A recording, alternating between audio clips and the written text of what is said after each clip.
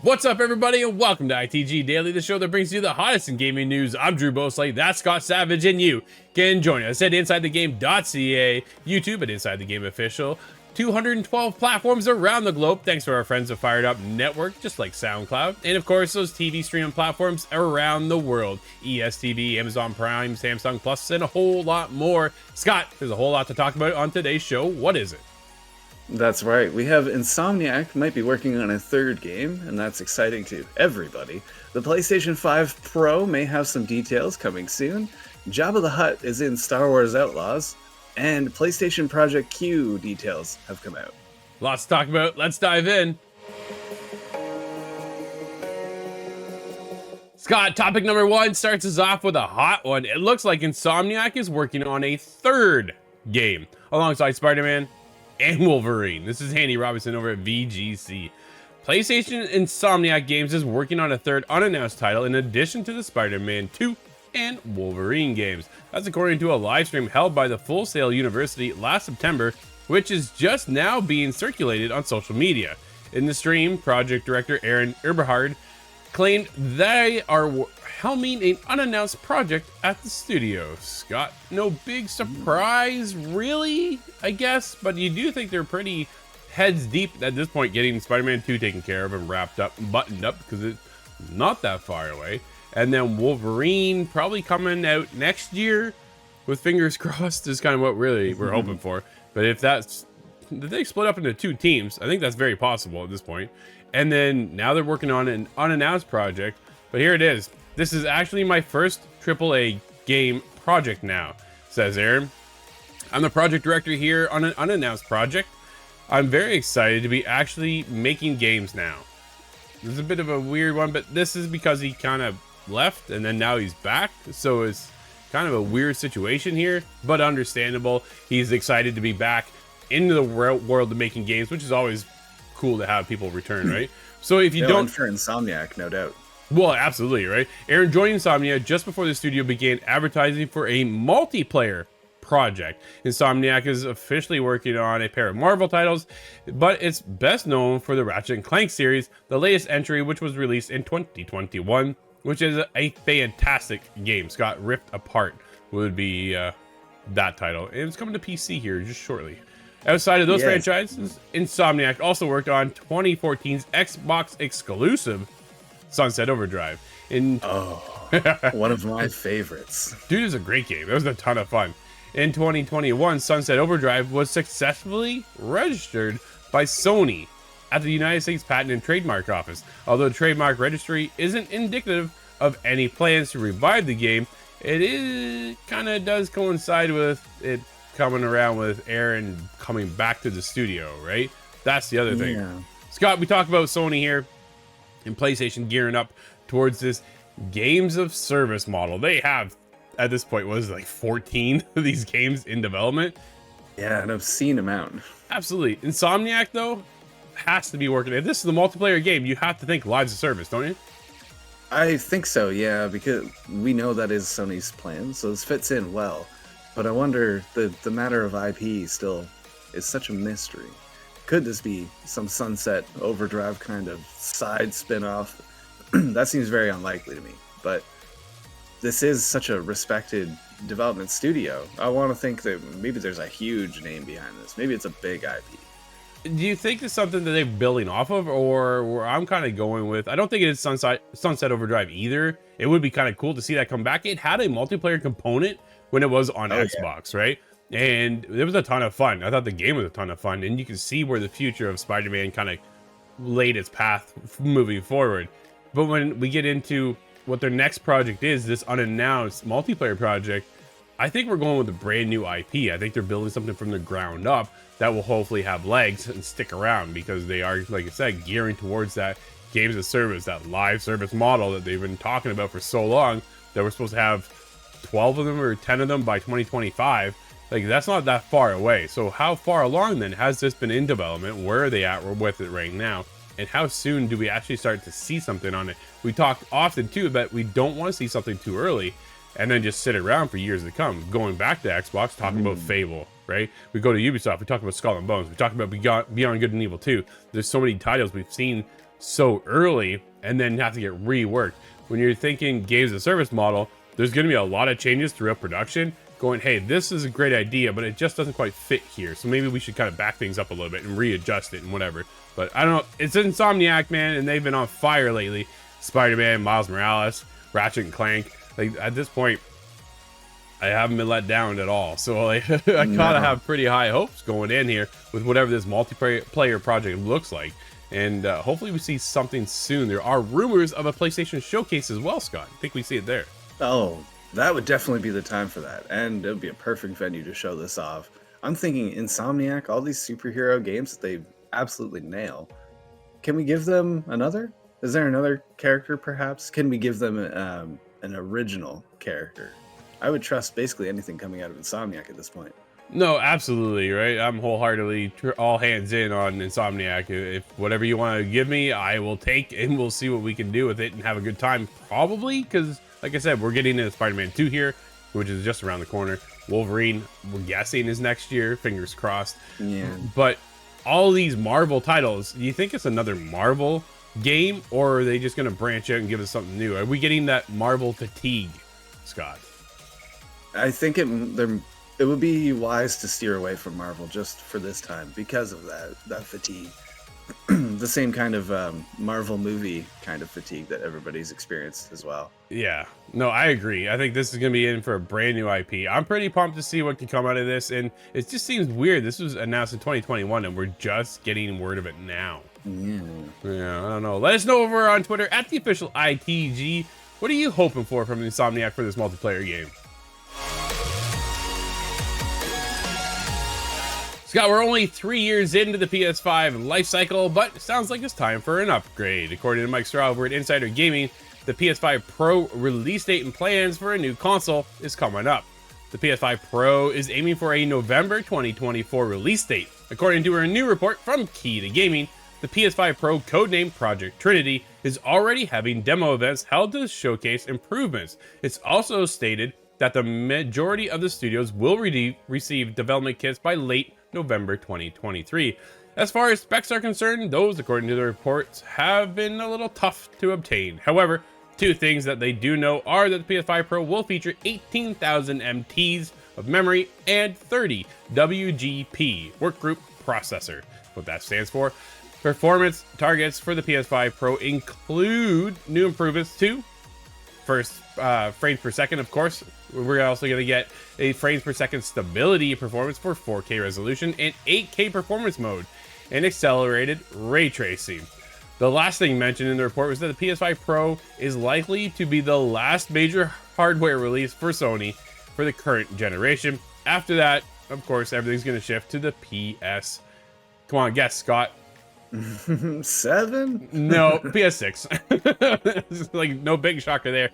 I do appreciate it though, dude. It's PS1, PS2, PS3. We know where we stand when it comes to the PlayStation lifecycle. You talk about Xbox and you're like, I don't know where we are here, right? Like, we're on the Is Xbox this an X, X, an S, a 1, Oh, X, a 1? Yeah, there's too many different delineations. Oh, it's a mess. But yeah, PlayStation, here we are. PS5 Pro, Scott. What are your thoughts? I'm skeptical, I have to say, because I think we're too soon into this generation, but there's precedent that we are not too soon. We could really get an upgrade if you think about it in terms of the PlayStation 4 and when that upgrade came out. But I don't remember so well, and I didn't have a PlayStation back then. But I don't think we had. I accept that, but I think we had a lot more hardware use at that time. What I'm thinking is the new gen consoles we have today. I'm not convinced that we're utilizing that power fully, and then would necessitate an upgrade because we still have a lot of these split releases. I can't think of something that's exclusive only on new consoles. Yeah, that's fair. Like, we are starting to see the transition of certain games come over to next gen or current gen in this case, right? PS5 only. They are starting to separate away from it, but it's hard when you're a developer and you take a look at the PS4 install base and go, well, there's like 110 million gamers over here. Why do we want to lose out on that cash flow? It makes total sense, right? Where you only go over to PlayStation 5 and you have 30, 40 million users. So the install base, much different. We're starting to get there and it's starting to pass over. People are starting to slowly upgrade into PS5 section or the Xbox Series X and S, right? That's coming along. But when you take a look at the PS4, which launched 2013, and then 3 years after that, we had the PS4 Pro in 2016. So if they stay on that cycle, here we are. It's launched, PS5 launched in 2020. It's now 2023, and then next year they're talking about. So they're already a bit of a year behind, but we're gonna get the next one. Biggest problem I take a look at, and you take, I'm now going over to Xbox, mind you, but Starfield, they've locked it. Bethesda's locked it at 30 frames per second. So if they get that upgrade boost, are we now suddenly going to 60, 120, right? Like, you know what I mean? How much further can they push that? Here we are, PlayStation 5 Pro is talking about pushing frames per second. That is the big push. Everybody wants to see how fluid the gameplay is, right? Especially when it comes to shooters. Granted, Starfield is not much. It's a shooter, but it's not a shooter, right? It's more of an exploration, storytelling based, but RPG, yeah. Exactly. It's not really that focus of it's a COD game and you got twitch reflexes happening here. So that needs to be silky smooth. It's a little bit different here. But when we get into Spider-Man and Insomniac pushes the boundaries of Spider-Man, will the PS5 Pro have that abundance to move that one step forward? Like you say though, is it really gonna matter? Dude, I'm 8K versus 4K. Am I really gonna notice the difference? My eyes gonna be able to tell that difference? I'm only 6 feet away from my TV anyways. I don't have an 8K TV. At some point, maybe when the price drops, but at this point, I'm quite content with my 4K TV. Yeah, I was content around 1080. My eyes cannot see beyond that. So that's one thing. But you do raise a good point. The FPS is something that people have really been talking about this console more than I've noticed before ever. So that is really a big draw. And when it comes to Spider-Man, again, great point, leveled. If you really want to see ray tracing and 60 frames on that game. Yeah, I think that's the biggest thing. I think at this point, I'm looking to upgrade my TV more than my consoles.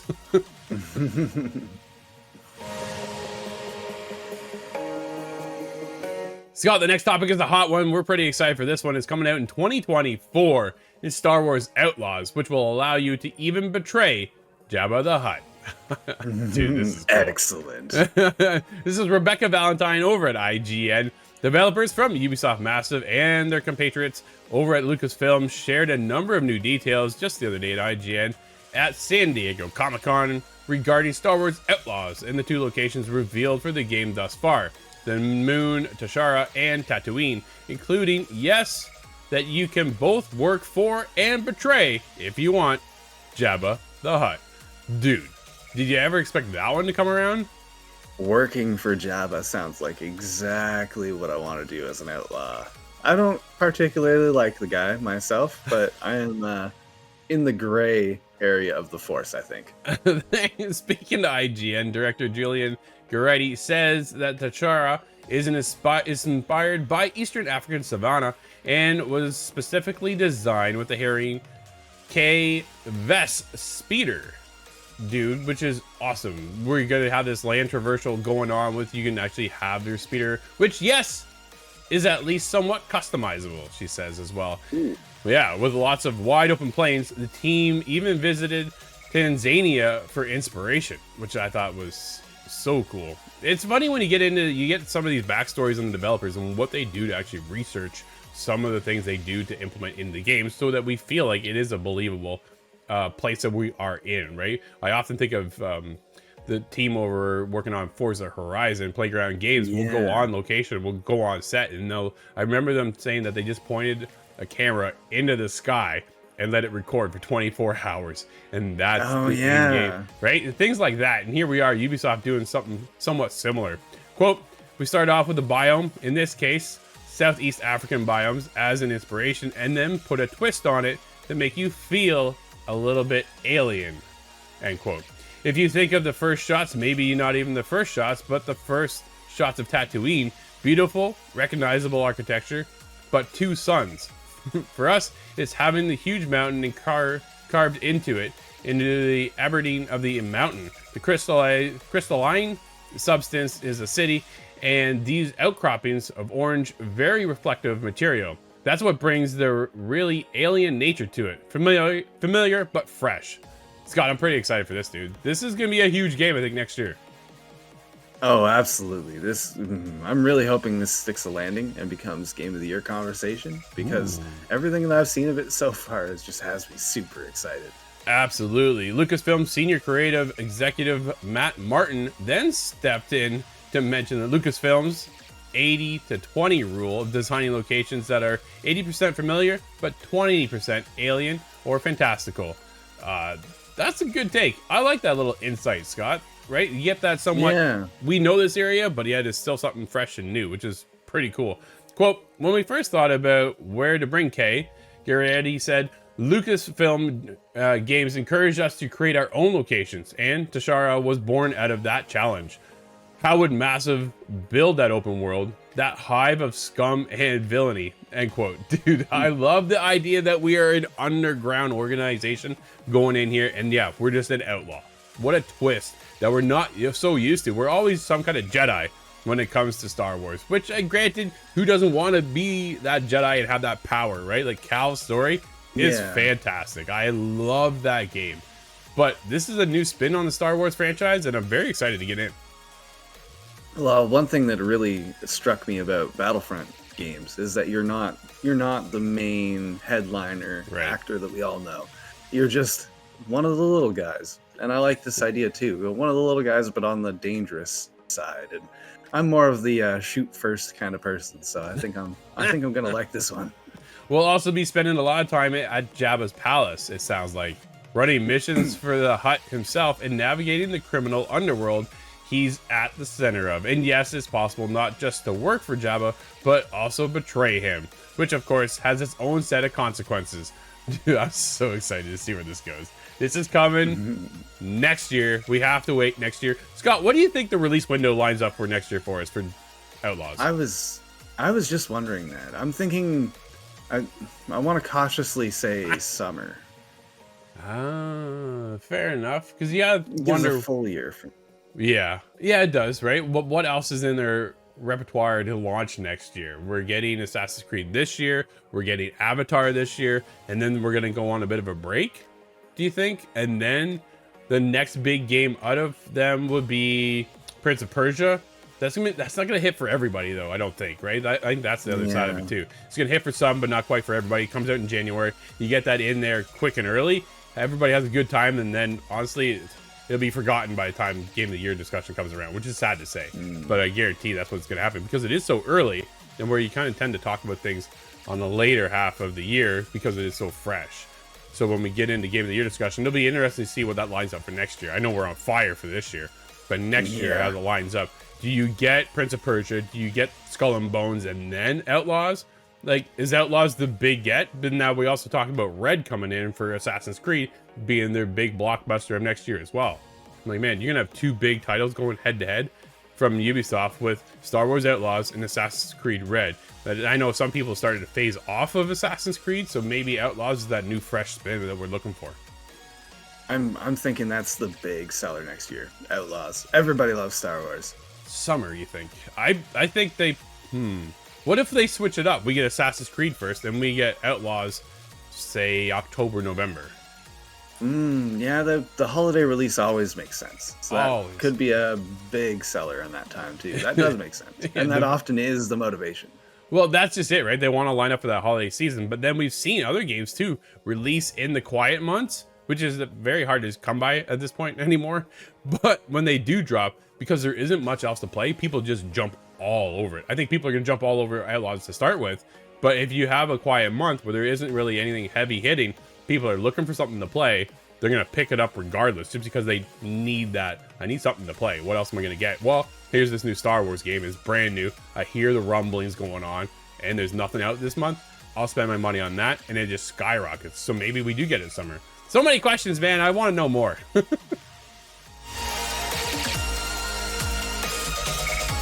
Scott, the next one's a cool one. Something I'm excited for. This is PlayStation's Project Q handheld. Runs Android. Leaked images suggest.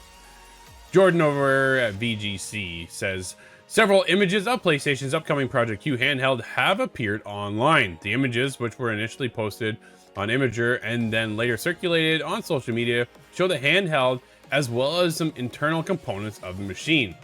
The images also appear to confirm that the machine will be Android-based. This could mean that Project could theoretically be modded to run other games, streaming apps such as GeForce Now or Amazon Luna. Announced during the PlayStation Showcase event earlier this year, Project Q is described as, quote, a dedicated device that enables you to stream any game from your PlayStation 5 console using remote play over Wi-Fi, end quote. Scott, I'm pretty pumped for this, dude. That sounds really cool. It's interesting though, if it is a streaming tablet only, or streaming device rather only, Yeah. well, how can we really emulate things? Is that going to have to tether to my computer? Yeah. My computer is really just feeding it the information? I have a lot of questions that this raises. No, for sure. I have other devices that I can already do that with for the most part. So I just want this to be able to tap into my PlayStation. I'm looking for that device, right? PS Vita, rest in peace. That thing's gone. It will no longer be able to tether to anything. At this point, it barely turns on, right? My battery is like just powder. Oh, yeah. Those age, it's probably going to corrupt eventually. And probably, right? But according to the SIE, the device is an 8-inch 1080p HD screen and all the buttons and features of the DualSense wireless controller. While Sony has yet to announce an official release date for Project Q, court filings from Microsoft during the recent Activision Blizzard case suggest that it's expected to launch later this year. I hope to see it this year. I really do. I think this is something they're lining up for, which would be, man, we're getting a PS5, right? We got PS5, PSVR 2, and now Project Q. Then we're talking about next year getting the PS5 Pro. Like, man, the PlayStation's firing on all cylinders for hardware, something we don't see coming out of Xbox. Yeah, it's a complete ecosystem. And Yeah. I have to throw this in. I can't believe the Project Q came out of the Sony Ericsson. Dude, I'm unsure if they still make Sony Ericssons. that's a good question. I don't know.